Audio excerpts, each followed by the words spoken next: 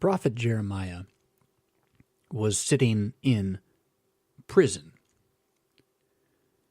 We don't really know whether this was house arrest or an actual prison. This is not the time, I think, that he was down in a well, a cistern, up to his waist in muddy muck and water. But he was under punishment by the king. And so he was not allowed free roaming about the city. Now, for the sake of my imagination, I'm just going to say he's sitting in a prison the way I would think of a prison. Not a 21st century orange suit prison, but a medieval stone and straw with shackles on his wrists and his own excrement effectively just around him. However you want to imagine it, he was sitting in prison. And the word of God spoke to him again. Because he was in prison because the word of God had spoke to him before and said, say some stuff. And then he said that stuff, and then he got put in prison. Now again, I don't know how to imagine this word of God coming to him. I think that some people imagine prophecy as being like he just sort of did it, right? Like he just sort of said it, like you're kind of like a conduit where you don't even exist, and then the word is there and coming out of you, and then you're back trance-like, right? Like you're possessed. But they don't. The prophets in the Bible don't write like that. They write like God showed up somehow and said words to them. And of course, you do have these particular prophets, Isaiah, Ezekiel, who they actually see the throne room of God, and they're told these things, and then they repeat it. What was it like when Paul had Jesus show up and speak to him after his resurrection and ascension? I don't know. But again, for the sake of my imagination, I'm going to say, as he's sitting here in this dank, stony, damp prison cell, he hears a voice, very clear, audible, external to himself voice, which nobody else can hear. So maybe he is crazy. Maybe he's not. He hears a voice speaking to him, and this voice says, I want you to write some stuff down today. Before this, there hadn't been a lot of writing, right? But I want you today, not to preach, I want you to write. So he's sitting in prison, and he finds a way, and this maybe speaks toward the house arrest side, but he finds a way to write. He gets a scroll. He starts putting down all the prophecies he's been given so far, but he leads it to, or leads off with even, a very particular set of prophecies. And then he has a friend, a connection, a guy named Baruch. And Baruch's able to visit him in prison, but is not a prisoner. And he gets Baruch to come to him, because he's told to by this voice. And it says, hey, Baruch. Hey, Jeremiah. Being in prison kind of sucks. Yeah, it does. What do you need, Jeremiah? Here.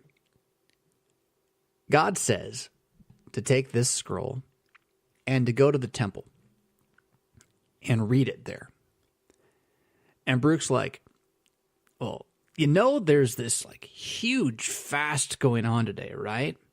This gigantic, extreme, nationwide statement of, is it repentance? Is it mourning? Everybody's at the temple. Nobody's eating. It's super crowded. It's not Passover. It's not Pentecost. It's not the Feast of Booths. None of that's going on. Hey, Jeremiah, is today the best day for this? Because you know why this fast is here, right? Now, to know why the fast is there, we've got to step back just a touch. The fast was declared by King Jehoiakim. And we've talked about him before, but he's easy to confuse with Jehoiachin, his son. Jehoiakim is the son of Josiah. Josiah is one of those kings you really should remember, because in Judah's history, the southern kingdom, there's only a few guys that are like reformers that really do good stuff. You got Hezekiah, you got Jehoshaphat, and you got Josiah. They're kind of the main ones. Josiah is the one who finds the book of Moses, in the mostly abandoned temple.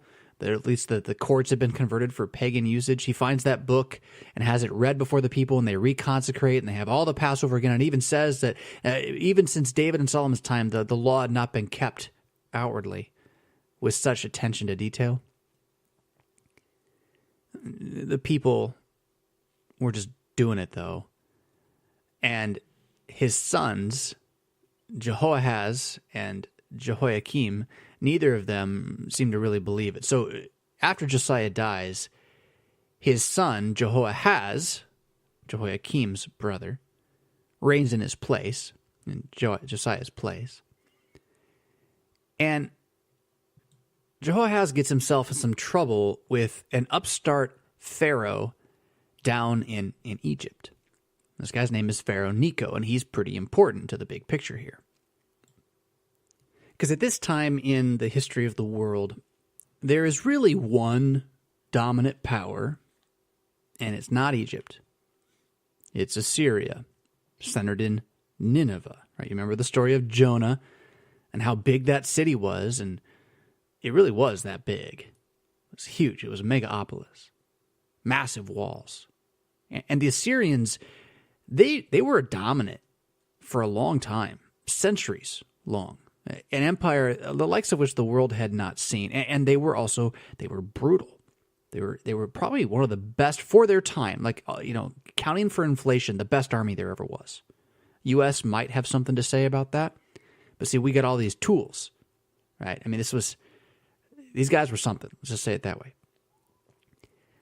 But Assyria not only was then bigger than and basically keeping in check and somewhat subjugating powers like Egypt and older areas like Chaldea, Babylon. They also were looking to the northeast and had an extension of their empire that went up into what we would call Greater Asia today, Soviet Union area. Whether it got to Russia or not, I don't know. But it was far. And that range, that central plains of Asia, huge space, was dominated by a group called the Scythians. And the Scythians are also awesome. There's only one way to really give you a picture of the Scythians, and sadly, again, I have to make a Game of Thrones reference, but the Dothraki, if you know who the Dothraki are, those are the Scythians. They were marauding barbarians. I guess I could just say Genghis Khan, right? That kind of gives you the image. Horseback riding, arrow bow shooting, bareback, trained from birth to be warriors that strike in guerrilla warfare with the best speedy technology of the time in the horse. And Assyria was more or less running some of their area too, or at the very least keeping them at bay.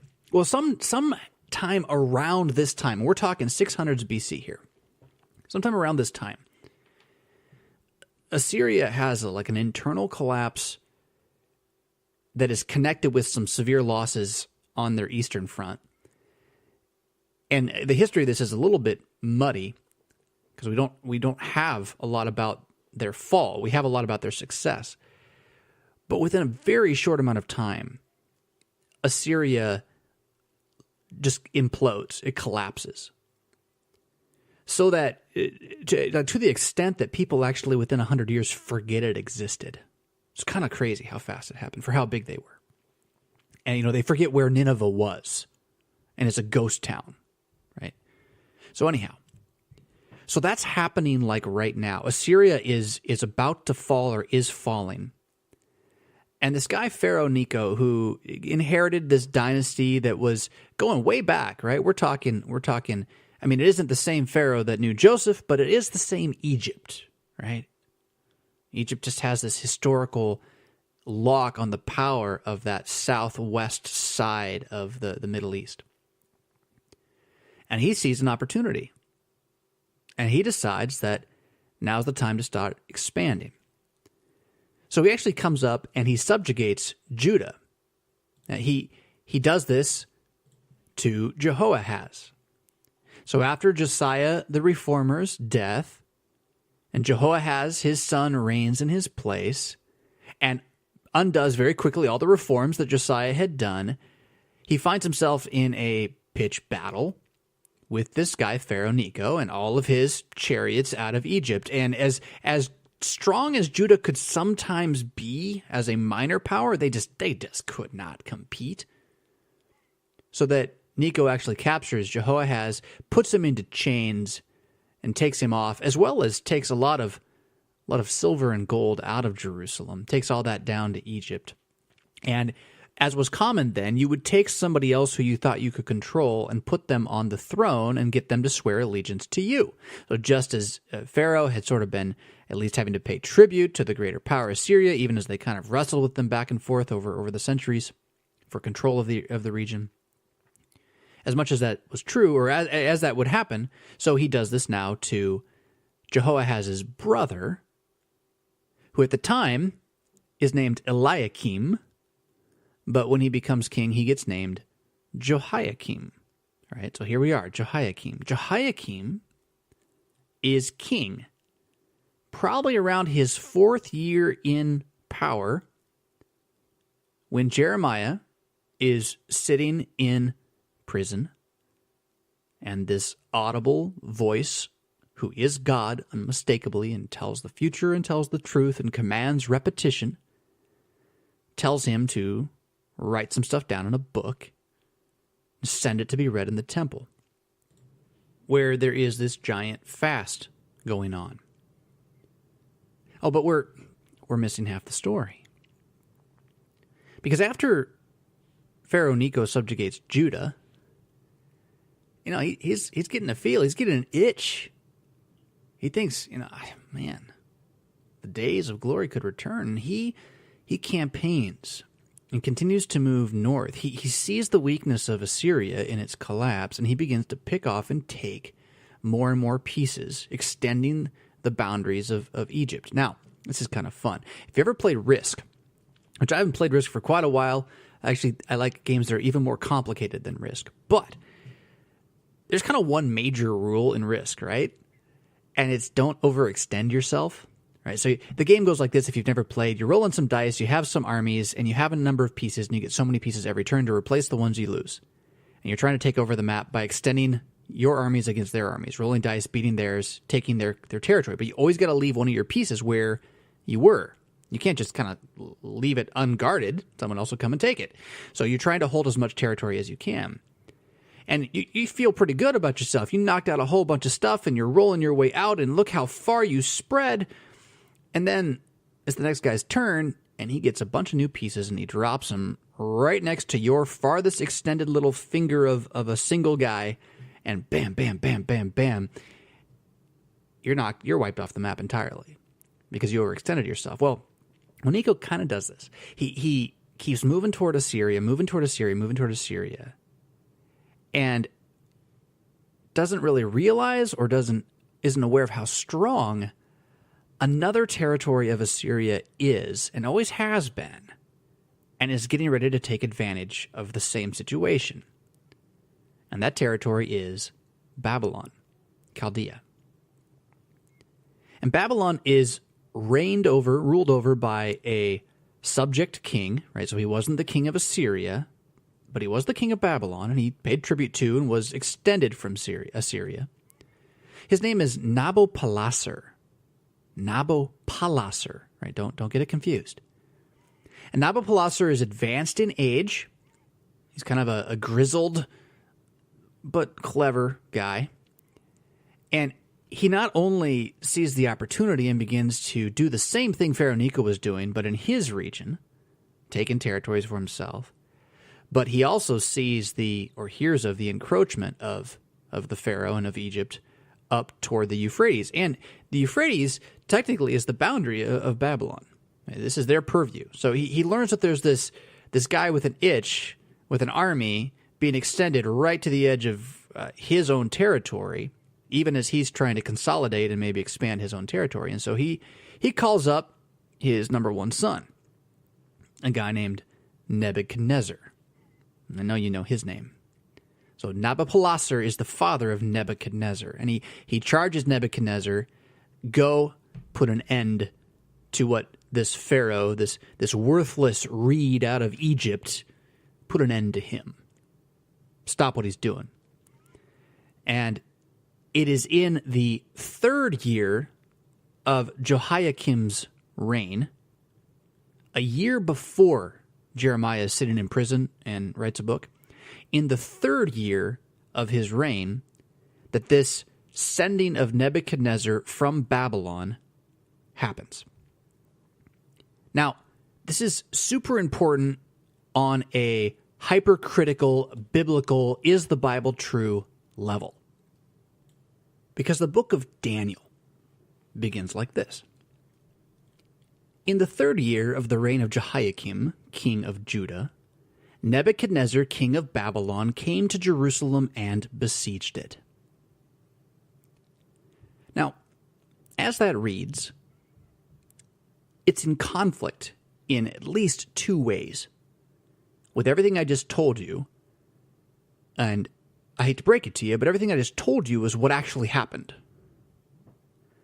Now, when those wonderfully pious scholars of the 1800s and early 1900s, and some today as well, come to this verse, they go, well, ho, look at what we have here. An error in the Bible. Stupid Christians, Christian dummies, as Horace would say.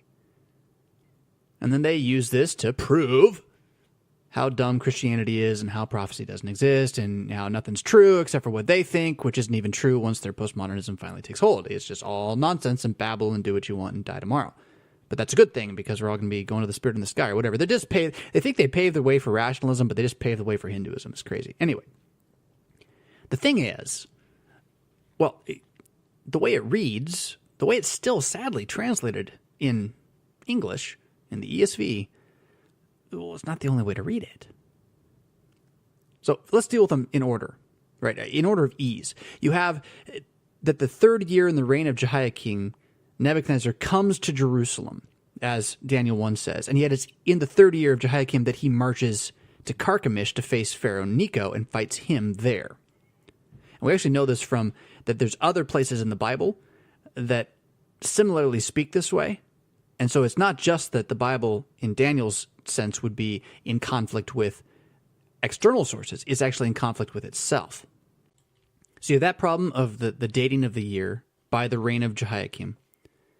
And then you have the issue that Nebuchadnezzar is being called king of Babylon when he's not king of Babylon yet. Now that second one's the easy one to deal with. It really isn't that hard. It would not be weird for us to say, even though this is a bit of a tall tale here, President George Washington, when he was a boy, refused to tell a lie when he was caught having cut down a cherry tree. Like, it wouldn't be beyond us to call him president, even though he wasn't president yet. You're just referring to the guy by the title that he either currently holds or holds in history. So to say Nebuchadnezzar, king of Babylon, came to Jerusalem doesn't mean that he was king yet. It's only that the guy, by the time Daniel's writing, is king of Babylon. You guys know this guy, Nebuchadnezzar, king of Babylon, right? Yeah. Well, in the 3rd year of the reign of Jehoiakim, he did something. Now, so that's the easy one. The something that he did that's a little bit harder, that he came to Jerusalem and besieged it. Now, here's the trick. And English does this too in its own way. You can't hear it, and it's not with the same word. But when people try to learn English, they hear it. We have words that mean more than one thing. And you have to have the context explain what they mean. And sometimes that context isn't just the context of the sentence, it's actually the context of history. So the word in Hebrew that here is translated as came to Jerusalem, came, is a word that can also mean go. So we would say come and go. They would say come and come. And actually, I think if I'm recalling it right, Greek works the same way. To come and to go are very closely tied to each other as words. So the fact is, it doesn't have to be translated as he got to Jerusalem in that 3rd year. Instead, it could be translated as he left for Jerusalem in that last year. And now, it gets even deeper here because it's like, well, but he didn't go straight to Jerusalem. He marched to Carchemish to fight Pharaoh Necho. You're right. And you know what he did before he got home? He went to Jerusalem, right? After he defeats Pharaoh Necho at Carchemish in this massive battle, two heavyweight, minor heavyweight, right? World-class powers duking it out. After that, he goes and starts to pick up all those little countries that Pharaoh Necho had subjugated but hadn't left strong enough, not enough risk pieces there to hold on to them for Egypt. So when Nabopolassar sends his son Nebuchadnezzar to Carchemish to fight Pharaoh Necho, when you're telling that story as a Jew, maybe 80, 70, 60 years old, chief magistrate and wizard for all of Babylon, writing this down for your own people from Babylon,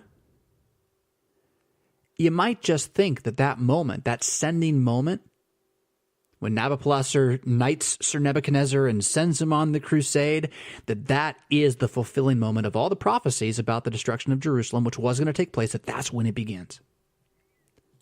So that as Jehoiakim is sitting down there in the third year of his reign, having been subjected to Pharaoh Necho, but in a nice way, because he wasn't the one who lost, his brother lost, and he's continuing to undo the reforms of his father Josiah, and thinking all is pretty good.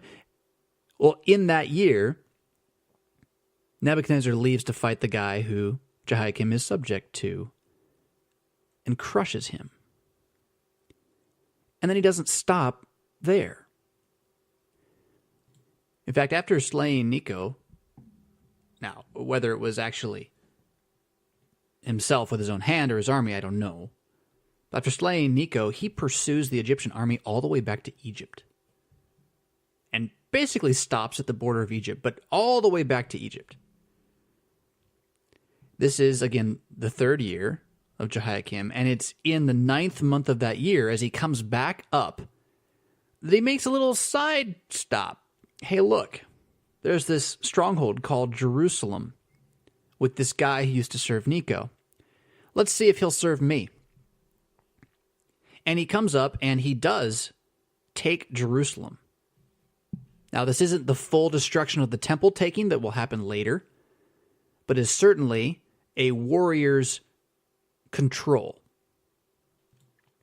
It is at this time, because he's in such control of Jerusalem, whatever the battle was or however little the battle was, it is in such a domineering display that he is able to demand from Jehoiakim golden and silver implements from the temple, which he takes back and puts in the treasury in Babylon. Now that'll come back in Daniel a little bit later, where these vessels get used for, with Nebuchadnezzar's son writing on the wall, all that, yeah. It's at this time, this first kind of travel pass by, but subjugation of Jerusalem. He takes all of that, the gold, and then he takes some of the best people from the royal houses, right? The sons of the wealthy families. And this is a classic, we talked about this a little bit last time. It's a classic ancient thing to do. If I want you to not rebel against me, it's going to be a lot more likely if I have all your kids. One kid from every family. Here we go. Take them with me. So it's at that point, right, this third year of the reign of Jehoiakim, that Daniel and his buddies, Shadrach, Meshach, Abednego, and a bunch of others get taken by not yet King Nebuchadnezzar, but the guy who's going to be King Nebuchadnezzar. They get taken by him, along with people from other nations. There's a whole host of, this is a huge crowd being pulled, from Egypt and from Syria and from all these other areas that have been taken, Damascus and all that. And they're in a cavalcade to start marching back up north and then east and then down over to Babylon. And at this point, though, Nebuchadnezzar gets word of something else. So a rider on the horizon comes zooming over, right? Books it up to him. Nabopolassar is dead. So while Nebuchadnezzar's out on this extreme mission, his father dies. And if you know much about ancient world politics, it's not good to be the heir apparent, but not there when the transition of power occurs. Like, this is when mutinies happen. So he gives orders for the Kavakle, the big group, to continue on their path, and with a small group of trusted advisors and military men, his bodyguard, his elites, he crosses the desert. He goes across Arabia, Lawrence of Arabia style kind of stuff here, and heads, most direct route straight back to Babylon.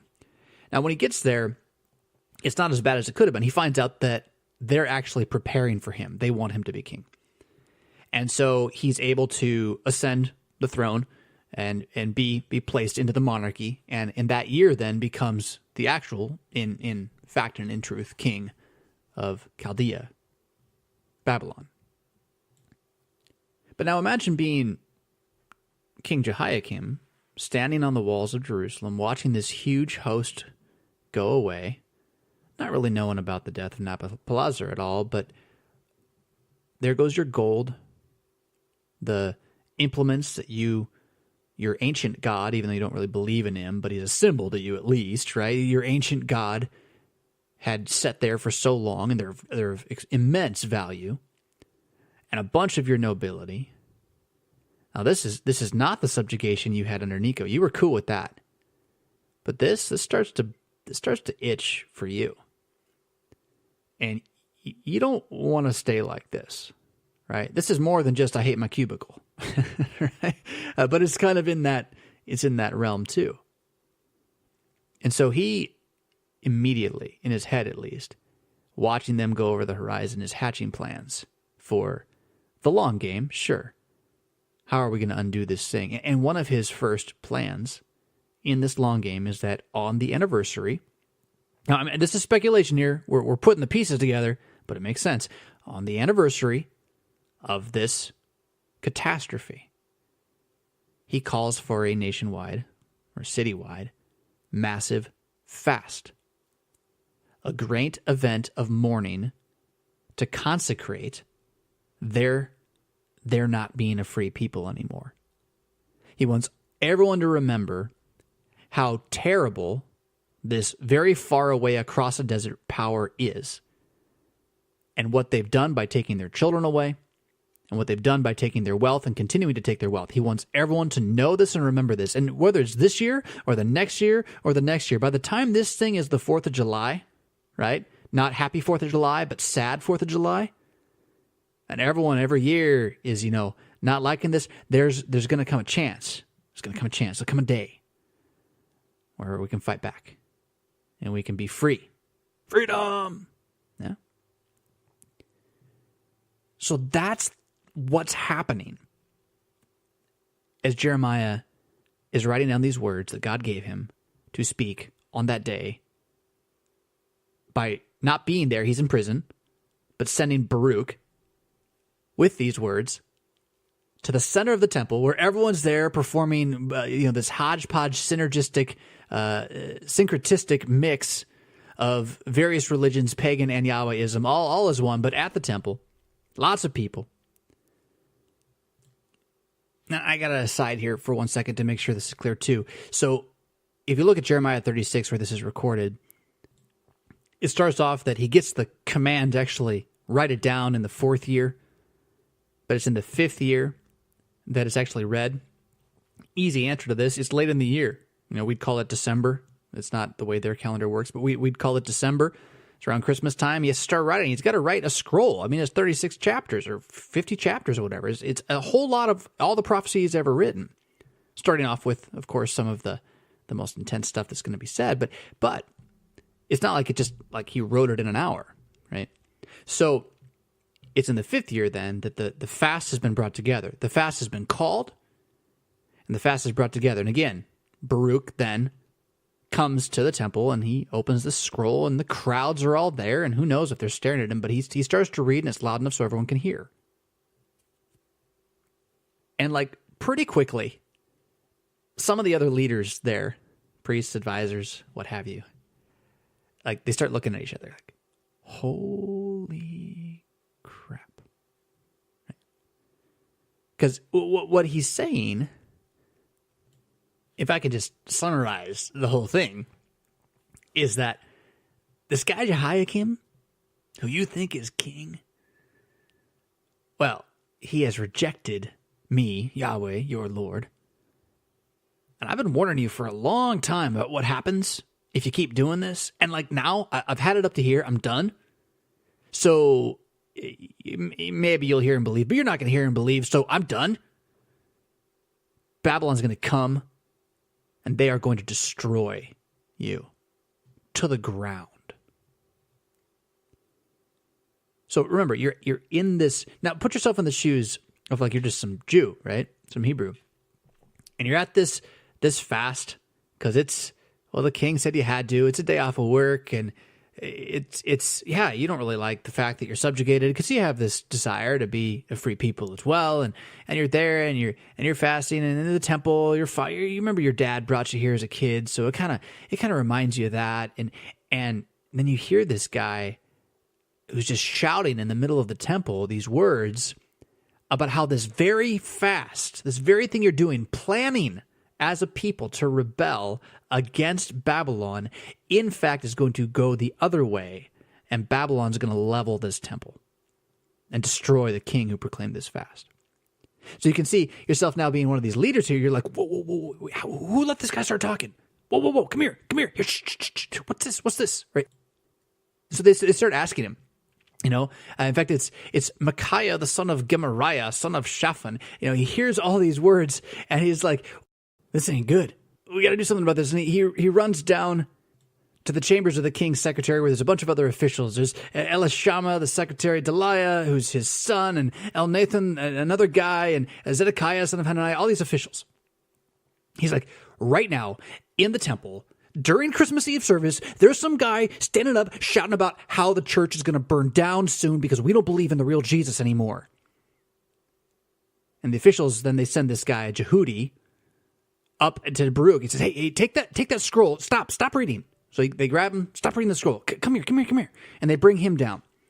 And so Baruch goes with them. He goes down to them, and they're like, whatever's on that paper, read it right now to us.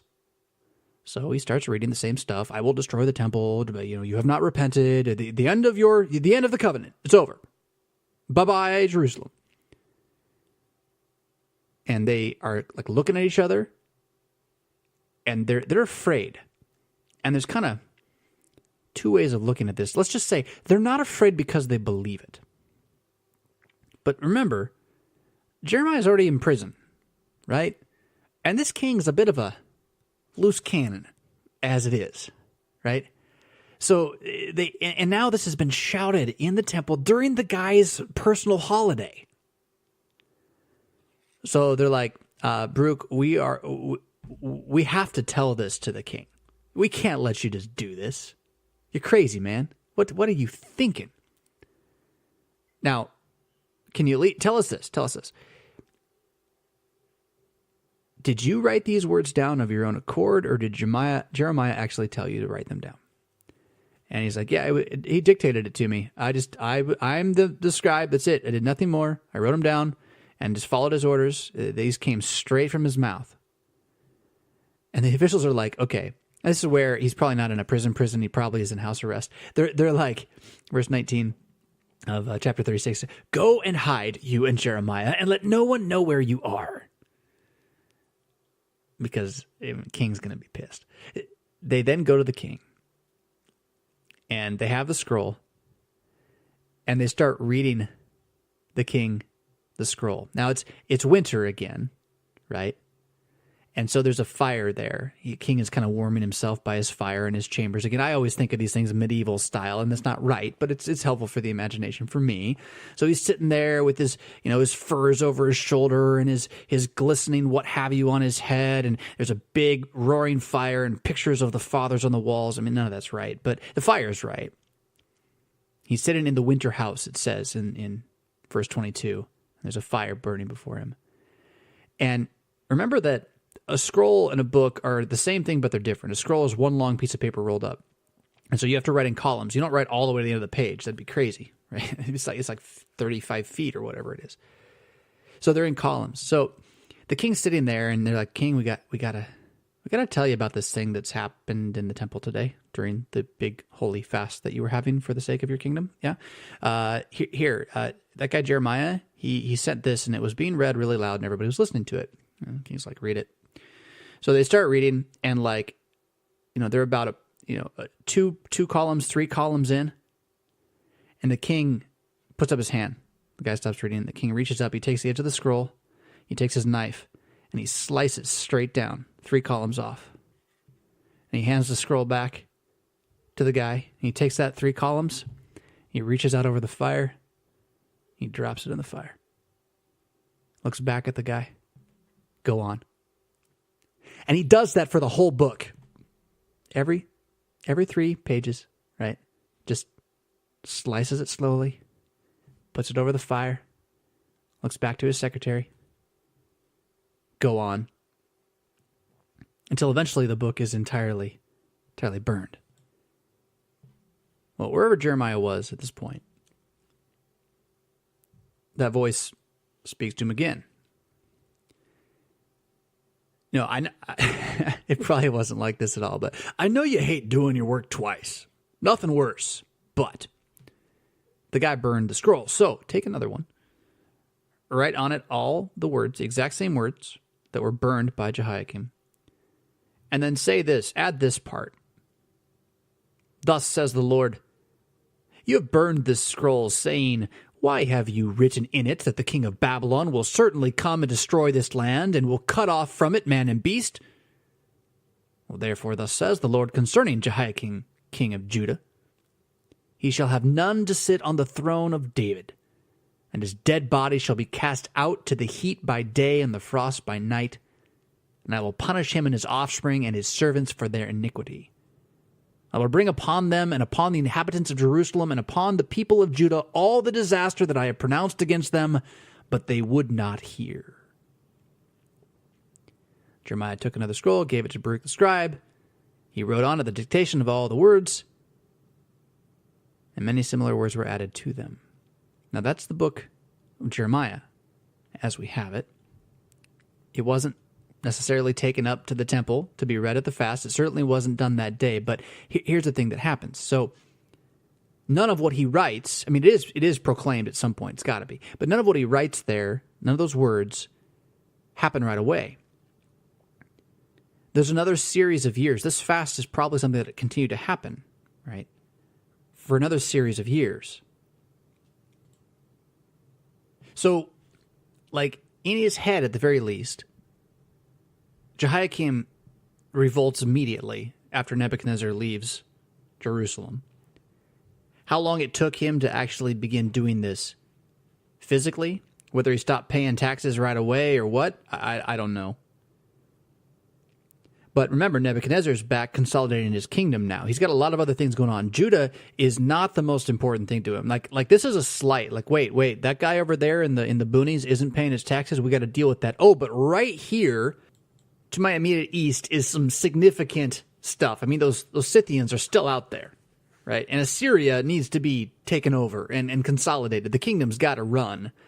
So, okay, well, we'll send some of these Chaldeans down there. So, and Chaldeans is a word that gets used a little bit fluidly here. We'll send, the Syrians are with us. Send those guys down and fight for a bit.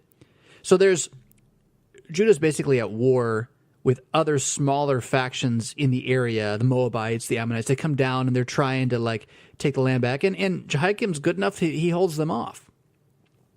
So it's quite a few years before the armies of Babylon get sent directly by Nebuchadnezzar down to surround Jerusalem, and then he himself gets down there. In fact, he doesn't get down there until after Jehoiakim has died a normal death, at least so far as we know. And so by the time he gets there, it's his son, and this is with the confusing name again, right? Jehoiachin, his son, a young man, is in charge, and he's only been in charge for a few months. So when they realize that Nebuchadnezzar himself is here, they see the shape of things, how they're going. Jehoiachin and his mother and many of the chief officers of the city, they go out and they surrender to Babylon. And Nebuchadnezzar kind of recognizes, okay, you're the guy's kid. All right, sure. You're my prisoner. And now give me the golden vessels from the temple and the treasures of the royal palaces as well. Everything that was there. Give me that stuff. Everything I didn't take before. And enough with this, noble children thing. Okay, I want your military men. I want your smiths. I want your craftsmen. You're all coming with me. And I'm not sure I see the leadership value in this one, but Jehoiachin, son of Jehoiakim, has an uncle named Mattaniah. Now, uncle means he's the brother of Jehoiakim, who, remember, is the brother of Jehoahaz. So you have three brothers now, all sons of Josiah, who have been now made vassal kings in one way or another. Mattaniah is made king of Jerusalem, and he's renamed Zedekiah at that point. And so far as history is concerned, this is the 8th year of Nebuchadnezzar actually being in charge as king, which means that this is 8 years after Daniel's been taken to Jerusalem, which means that by this point, Daniel's in charge of all of the wizards in Babylon. It's already happened. Because it's in the 2nd year of the reign of King Nebuchadnezzar that Nebuchadnezzar has a dream. Now, before I get too much into that, let's remember this too. Remember that Daniel is written in 2 languages, Hebrew and Aramaic, and that these 2 languages are based upon the audience to whom the book is being written. Now, the whole audience overall, of course, is the church, but it's speaking to the people of God as covenanted under Israel, and it's speaking to the nations. And whenever it's speaking to Israel, it's speaking in Hebrew, and whenever it's speaking to the nations, it's speaking in Aramaic.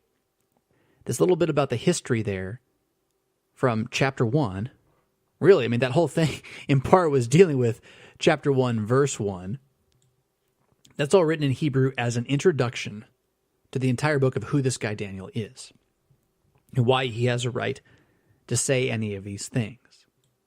Now, last week we already touched on some of that, the bit with the food and the training, and we're probably going to come back and look at a little bit more of it again. But it's in chapter 2 where the Aramaic begins that Daniel writes this. He says, in the 2nd year of the reign of Nebuchadnezzar, Nebuchadnezzar had dreams, plural. Now, it's important here to recognize, though, that this is a different way of numbering the years of the reign of Nebuchadnezzar than chapter 1, verse 1 that we just spent so much time on had. And the tip-off to this is that shift from Hebrew to Aramaic. In Hebrew, Daniel is recounting the years of Nebuchadnezzar the way a Jew would, from the time that he was sent as God's envoy to destroy Jerusalem, the 3rd year of Jehoiakim. Now, writing in Aramaic to the nations, he's recording the years of Nebuchadnezzar as a Chaldean would. Now, when you do all the math in this, the way this lines up is that when Nebuchadnezzar is having these dreams in his 2nd year as king, this is precisely 3 years after Daniel, Shadrach, Meshach, Abednego, and all the rest had been taken away from Israel. So it's right around graduation time, maybe just after graduation from wizard school, that this takes place. I mean, Daniel has just been let be one of the smallest guys on the totem pole. He's just graduated. So in this 2nd year of the reign of Nebuchadnezzar, Nebuchadnezzar has dreams, plural, and his spirit was troubled, and his sleep left him. Now, that just sounds so boring in English. It is a significant disquiet of the soul, which he fell into, so that tossing back and forth like one struck, he could no longer sleep. And the plural here, why is that? How is it dreams? It can be twofold. It can be that the dream was so intense that it's like a plural of majesty sort of thing, or it can be that he had this dream multiple times. And I'm going to kind of lean on that one. But this brings up a little bit of a tangent here. We're trying not to go too far astray, but it gets back to the Hebrew Aramaic thing. Because today you have all sorts of hootenanny. There's all sorts of hootenanny, period. But you got people, Christians, they think they're Christians, they say they're Christians, that want to believe that their dreams are God talking to them. And they'll be like, oh, look, it happened in the Old Testament. Well, yeah, no. Pretty important thing to recognize here. Generally speaking, as a rule, there are a few exceptions in the Old Testament, but generally speaking, as a rule, God speaks to pagans in dreams, and God speaks to Christians in visions, like unto Jeremiah in the audible voice or whatever. And there is a significant difference. The vision, you're awake, first and foremost. The dream, you're asleep. That's kind of an important thing, and it fits with the Aramaic Hebrew reality that goes on in Daniel. So you got that, and you also have, in the same way, there's a parallel. There's an Old Testament parallel here. Because there was another king in the history of Israel who was truly king of the world at that time, who couldn't sleep anymore because of the disquiet in his soul caused by a dream.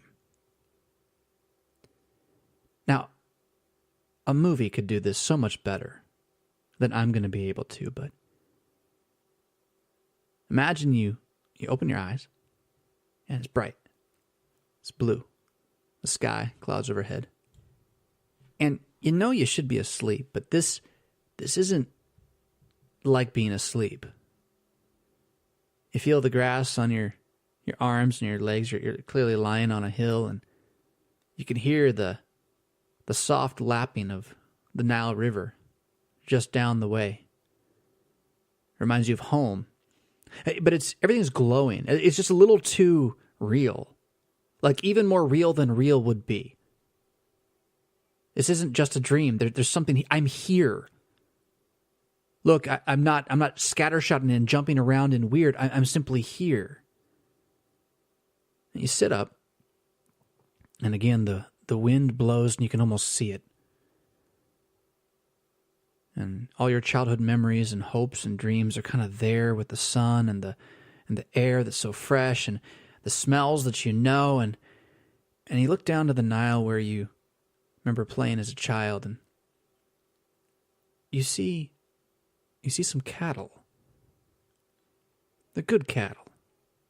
The kind that you raise for slaughtering the fatted calf. And they're down there, they're grazing, and they are, man, they're great. Whoever's taking care of these cows, they know what they're doing. Because they look healthy, they look strong. They're feeding on the reed grass there. It's great wealth. But then you hear a noise. There's a lowing sound, and you turn, and right behind you, how'd it get there so close? There's another cow. There's 7 more. They look sick. Sick and scrawny. You can see their ribs poking through. Their flesh is rotting a little bit. And in an amazingly terrifying moment, the one closest to you just reaches its cow maw up and just takes a bite out of the fat cow, and rips the flesh away from its backside and it swallows it whole. And the blood is running down its cow face. This is not what cows do, but it does it again. Just keeps doing it. And just like that, I mean, you've watched the whole thing. They're not just like that. Over the course of what, an hour? These 7 diseased, zombie-like cows devour these still living until they're gone, fat, beautiful cows that were there. And then, at least here we know the dreams are dreams. There's 2. The next night you're like, I'm not sure I want to go to bed. That was weird yesterday. I got to stop drinking that, whatever it was, but like you toss and you turn and you wake up and you're in a field again, blue skies, childhood, life, everything's good. It's real though. It's so real. It's more real than it was before you fell asleep. Now you're just not in any old grass. Now you're in a field of wheat. You can put your hands out and let the wind blow the wheat against your arms. A little bit like that moment in Gladiator with the Elysian Plains, right? Feeling the wheat in your hands. And you look at the wheat closely, and you can see that every single piece of wheat that is sprouting has 7 heads on it. 7 heads of wheat. This is a bounty crop. This is unbelievable. There's so much wheat here. But then there's a flicker of night and day and darkness and light and a swift motioning breeze. And you're in the same field, in the same place. And all that remains is blighted, dying, sickly, half-eaten stalks with only one head, and the head bears no fruit. And you wake up and you're like, that was no dream. And so great is your disquiet, you cannot hide it from your advisors. And so great is your concern that they cannot hide it from theirs. And so great is the power and intensity of your fear that the whole nation is disquieted and worried with you. Now add to this the potential that Nebuchadnezzar might have just been a little mad. And crazy like a fox? We're going to see later, he really does lose his mind for a while. So how much of that is here, I don't know. And of course, if you don't know, you know that wasn't his dream, right? That was Pharaoh's dream from Genesis. You can go read about that on your own. We'll get to Nebuchadnezzar's dream. But he wakes up from his dream, and his disquiet is great indeed. And he calls into himself all of these magi, all of these wizards who serve him. And chapter 2, verse 2 lists them. There's 4 different categories, and it's really easy to just go by them and think it's like, prayers and petitions and supplications, magicians and enchanters and sorcerers. But the thing is, no, these are all really specific, like, jobs. You got to think of them as like schools within the schools of wizards, or categories of magic, different types of magic, and they would have had their specialty. Like the best of the best would be good at all of them. It makes me think of seminary, where you have guys that teach exegetics, how to read the Bible, and guys that teach systematics, how to understand how the things in the Bible hold together, guys that teach history, how the church has understood what the Bible says throughout history, and guys that teach practical theology, or sometimes they pretend they do and they just teach garbage, but in theory they're teaching how to apply the Bible to the present day, or take what we have as our worldview and live with it. They're schools. And it's not like the guys doing the practical aren't ever reading the Bible, although you might wonder that sometimes. It's not like the guys doing the exegetical aren't ever teaching in categories, although you might wonder that sometimes.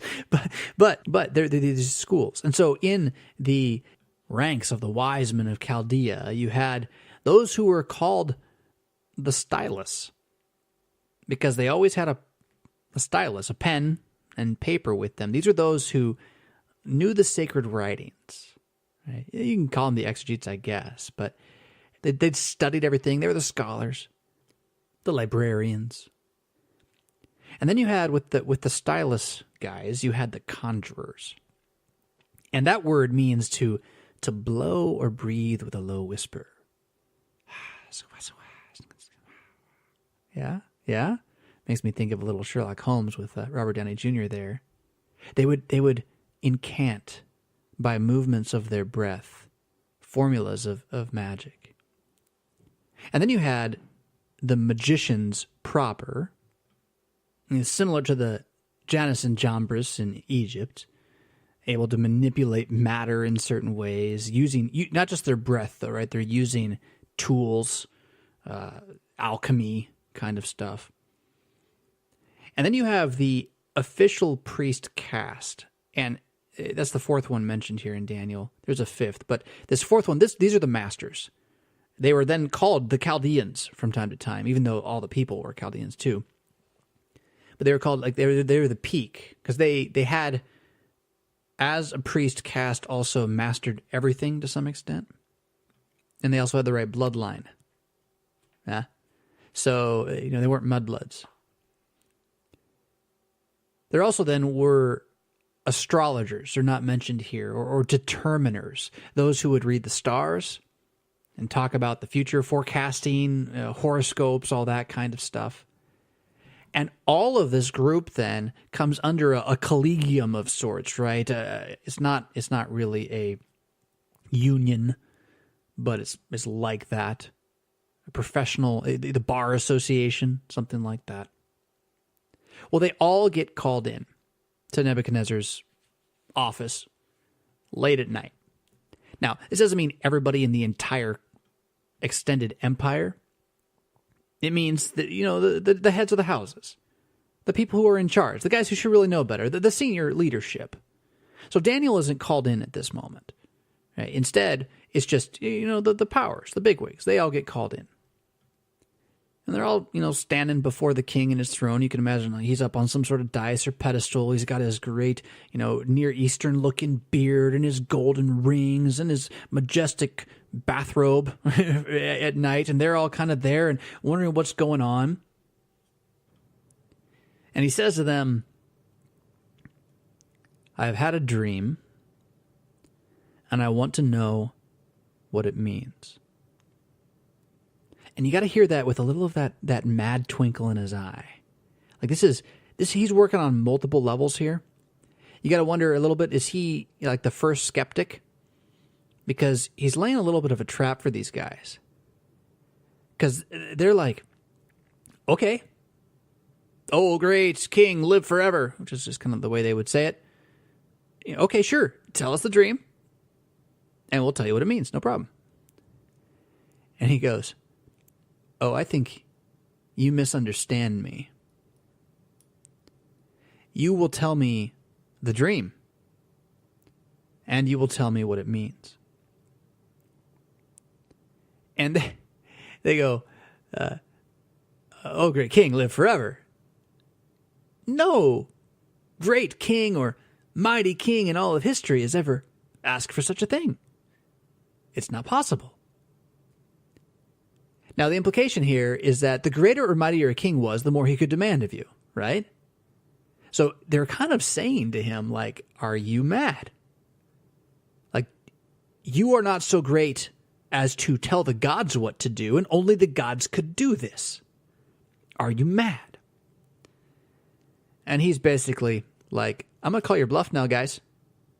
You boast and play at great expense, my expense, under the supposition that you, with the help of the gods, can reveal hidden things to men. So it should be easy for you to do this.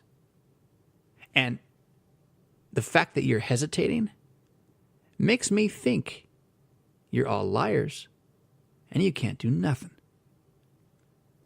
So tell me the dream, or I will have every last one of you put to death. Now, when the ancient kings of Babylon spoke a word like that, it was law. He couldn't change it if he wanted to. This will come back with Darius the Mede and whatnot. But now they're stuck. What are they going to do? They play for time. He doesn't put up with it. He gives the order. And that night, his troops, his bodyguard, begins one by one rounding up not just these highest level, doctorate leaders, but begins going and one at a time again, carrying out sentence. So you got to think, these guys died. Like, we start, you don't just kill them all in one fell swoop. You couldn't snap his fingers. It's not Thanos. So, okay, well, here you go. So watching to go. You guys gonna tell me my dream yet? Here goes another one. All right, and that's all done. All right, carry out sentence. Here we go, bodyguard. Go and go out and just get rid of these guys. Stop wasting my time. Stop wasting my money. It's a new age. It's a new era. And how far this would go, we don't know, but we do know that the wise men, this collegium of magicians in Babylon, had their own quarter in the city. It was pretty significant. It was large. There's a lot of people there. So it's going to take some time to kill everybody. But of course, as they then go out into the night with how many soldiers, I don't really know how fast this was happening, but they're going door to door. And this guy named Arioch, or called Arioch, he knocks on a door, And the door opens, and there's a young man there, ruddy looking, good looking. They all were, because they only took the best. They saw the mind and the body as being tied to each other. Of course, this young man had been blessed with some sort of miraculous diet as well, so he was a stunning-looking youth. Looks him in the eye, kind of rubs his eyes. His hair is a little messy maybe because it's late at night. And Arioch again, whose name, I mean, if it's his name, the word means the chief of the bodyguard, right? Chief assassin. You know, you think about the guy, the Secret Service, the head of the Secret Service who's always with the president and protecting him. Like, that's this guy. And he basically says, well, hello, young man. It is now time to pass sentence on you. With all the magi, you must be put to death. And this young man's a little judicious. He's not a fool. And you see this particularly in his response. I mean, he could have like freaked out and cried or who knows what. You know, he goes, oh, well, this escalated quickly. What's happening? Why? No problem, but can I know why? And the cleverness in this is that it's not like Arioch hasn't been around the event. He doesn't know that there's a dream. He doesn't know that the Magi have been given a chance to say what the dream is. And so he's like, well, maybe this guy, well, I'll tell him. He tells him. He tells him the whole story, what happened. And so the king's sitting on his throne in his room, fuming, still unwilling to sleep. He's had this dream, and it's just, it bothers him. It's too real. And now all of these guys he's been paying for years to tell him what the gods are saying can't tell him what the gods are saying. And it's, oh man, I could use a cup of coffee, but then I won't fall asleep at all, and there's no cable to watch. So he just has to sit there and fume and stare at the fire, and then knock, knock, knock. Creak. Door opens. Arioch steps in. Sir, may I have a moment? And the king's like, aren't you supposed to be doing something right now? Yes, sir. Been doing it. But I think you should see this. He steps aside, and in walks this young man with piercing eyes and messy bed hair. And the guy goes, "O king, live forever. I can tell you the dream and its meaning."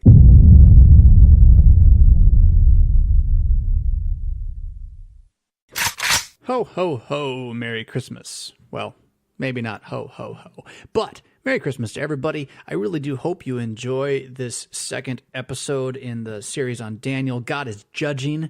I had a lot of fun making this one. Oh man, it's been a while since I could say that I was having fun doing something. I'm still nervous about it, but I think, I wanted to say as well, though, Merry Christmas. I don't know what I'm going to do next week, whether there will be a show that comes out post-Christmas or whether I'll take a little time off, but do make sure you check out notomorrow.ninja and go to the latest page there. That's the blog page, and bookmark that page. That is where you're going to see whatever I am doing as far as I am able getting posted there, including recently I've been live streaming my show Sharper Iron from KFUO Radio on Facebook, so you can see video of that there.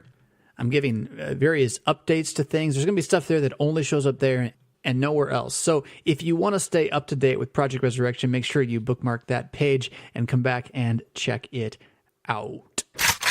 Also, Volume 1 of Thief in the Night with myself and Pastor Wolfmueller, it's getting some decent reviews. I mean, this isn't a smash hit, but the people who are posting about it on Facebook, they're saying it's blowing their mind.